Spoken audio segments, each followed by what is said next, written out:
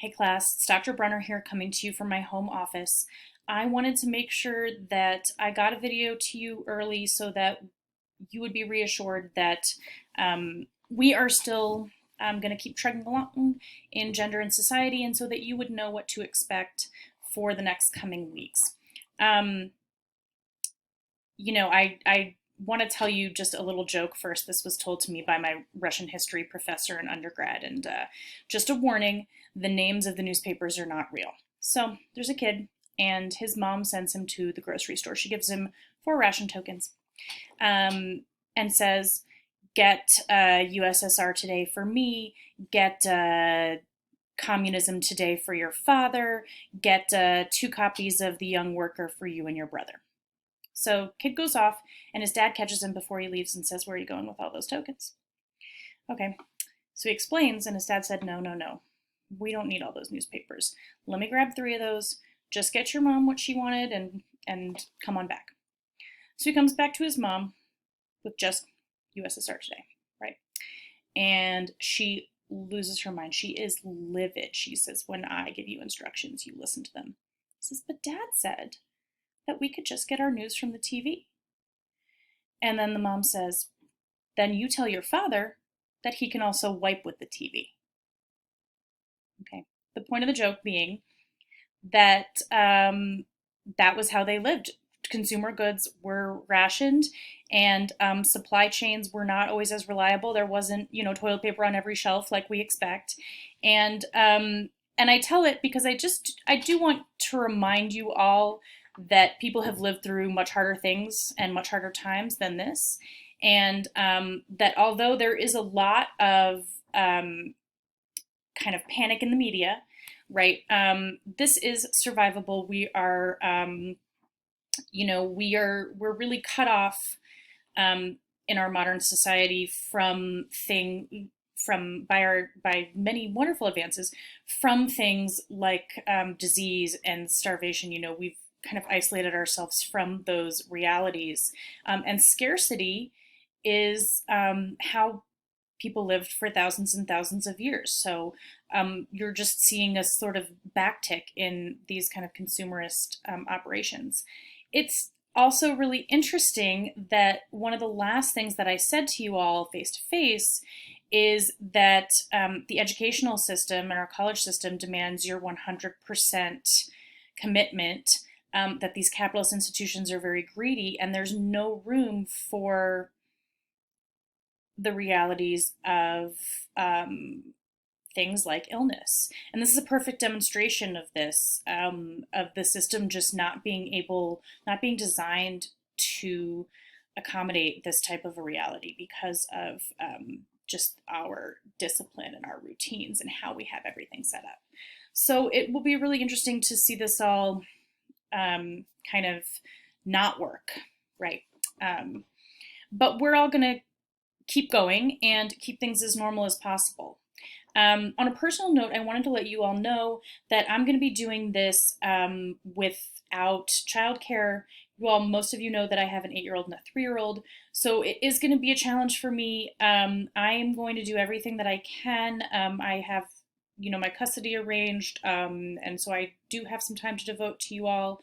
I'm going to do everything that I can to make sure that the instructional quality is still the same, but know that I may be delayed in my responses to you. You still always will get a 24-hour email response, but just know that that's what else I'm doing right now too.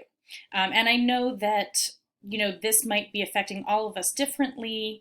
And, you may have struggles that present themselves in relation to this too.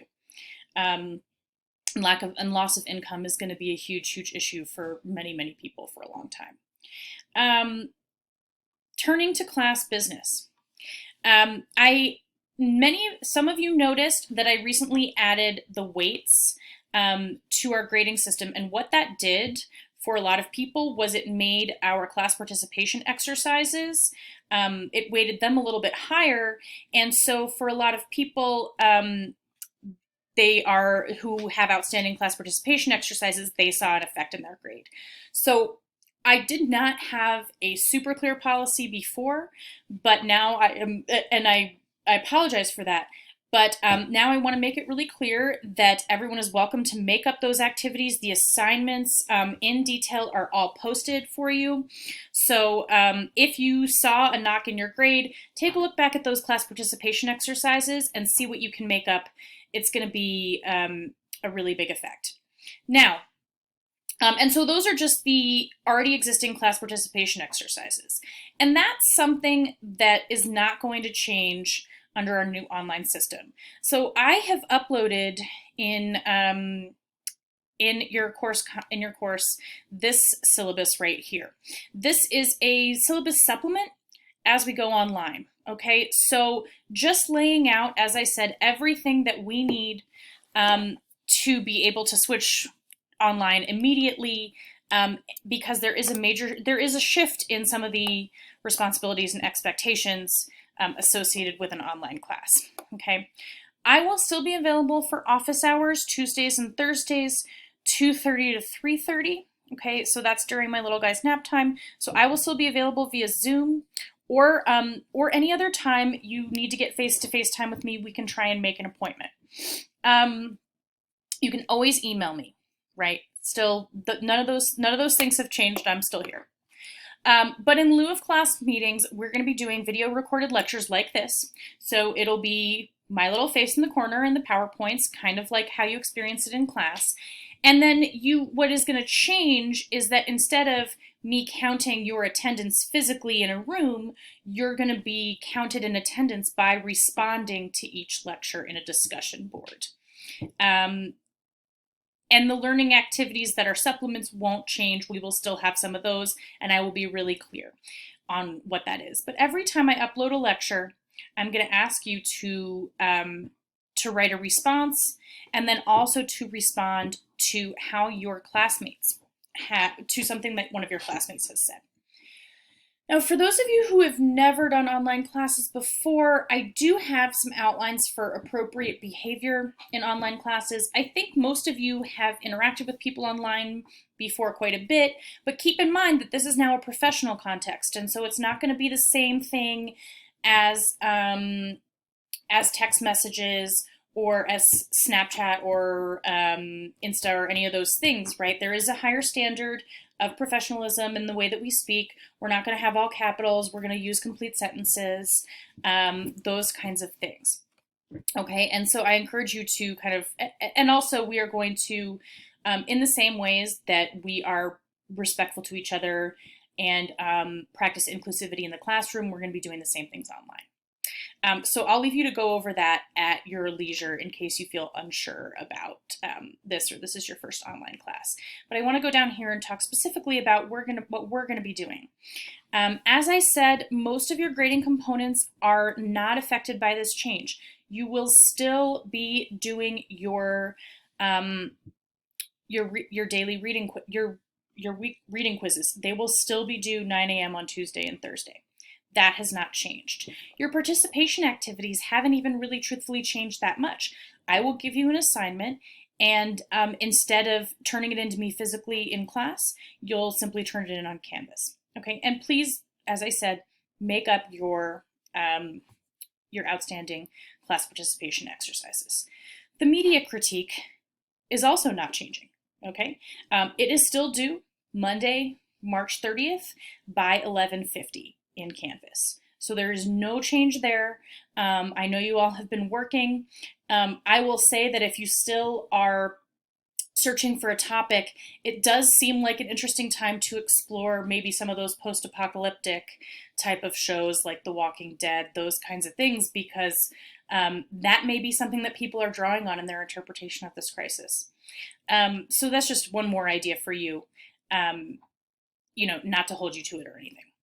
Okay, the final exam is going to be changing slightly. The format is not going to change, okay, and the types of questions that we've discussed are not going to change. The only thing is that I have added a review session at the end of the term because I'm just a little bit worried that with this change we might struggle a little bit more, and it will also now be an online untimed exam that will be due May 7th at 11:59 p.m. Okay, so May 7th, 11:59 p.m.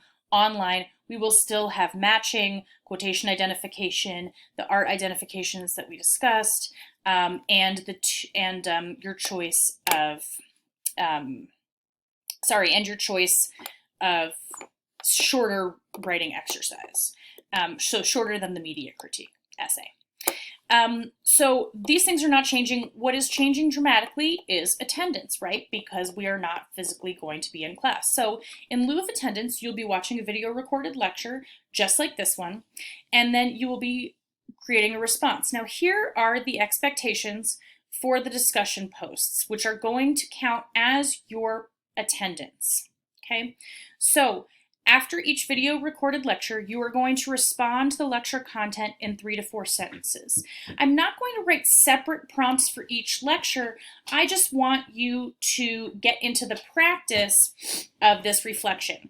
And so think about some of the following questions. I'm not going to be worried about whether you answer all of these questions. These are prompts to get you responding to the material, okay? So think about, what was the most significant thing you learned?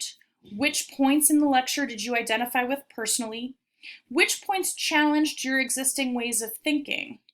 And then also, do you have any lingering questions? And like I said, you may not need to write through all these things. You may not have lingering questions. Or maybe there was nothing that challenged your existing way of thinking, but you do have some questions. So 3 to 4 sentences of a substantial response to the lecture is what I'm looking for, okay? So excellent posts will engage substantively and thoughtfully with the details from the lecture. They will include examples from the readings where appropriate. Anytime you do that, please provide citations that include page numbers. You all are pretty used to this, or used to me saying it, but not used to having to operationalize it, which now I would like to see. And I think that actually there is a way in which, you know, I have seen some students learn more in an online forum because of because of the expectation and the accountability of writing all the time. So, you know, it can be actually a really good thing. Now, once you have posted, you will be able to see your classmates' responses. And you're going to want to respond thoughtfully to at least one classmate's post. Okay, now here's the grading rubric. Really, I would love to do this differently, but I'm at a point in the semester where I have to plug this into our existing grading schema, okay? So this is why we're doing it this way. So, full credit for attendance. This will go into your old attendance line, is that your initial post demonstrates knowledge of the lecture materials, it's clearly written and proofread, proper academic citations, and includes a thoughtful, substantive response to at least one classmate's post. Now, there is also a possibility of getting partial credit for attendance. So that would be as if you were late. And that means that your initial post is sort of limited in the amount of knowledge it demonstrates about the lecture. Maybe it doesn't meet the standards. Maybe it's only one sentence that's not particularly insightful. And maybe you have maybe you have not responded to one of your classmates' posts really in thoughtfully. And so if you sort of missing one or more of the components, you will be given partial credit for attendance. If you have absolutely no quality, your initial post is missing, completely fails to meet the basic requirements, then you will be given credit as if you were absent. And the reason for that is to create some accountability so that people don't just, you know, tune out, fail to watch the lectures, and then end up in trouble on the final exam. Really what we're trying to avoid here, okay? And like I said, I think there can be opportunities and ways that online learning can be more helpful and can really, I've seen students learn more in online courses. Okay, so we'll be looking at that. And the other thing is that I have changed really slightly some of the course progressions. So this new course outline will take the place of your old course outline. There are not a ton of changes. I am going to pull out an old lecture that I have on the AIDS crisis because I think that will be really helpful. And I've added a final exam review day. So please look this all over with care and email me with absolutely any questions that you have. I will be around.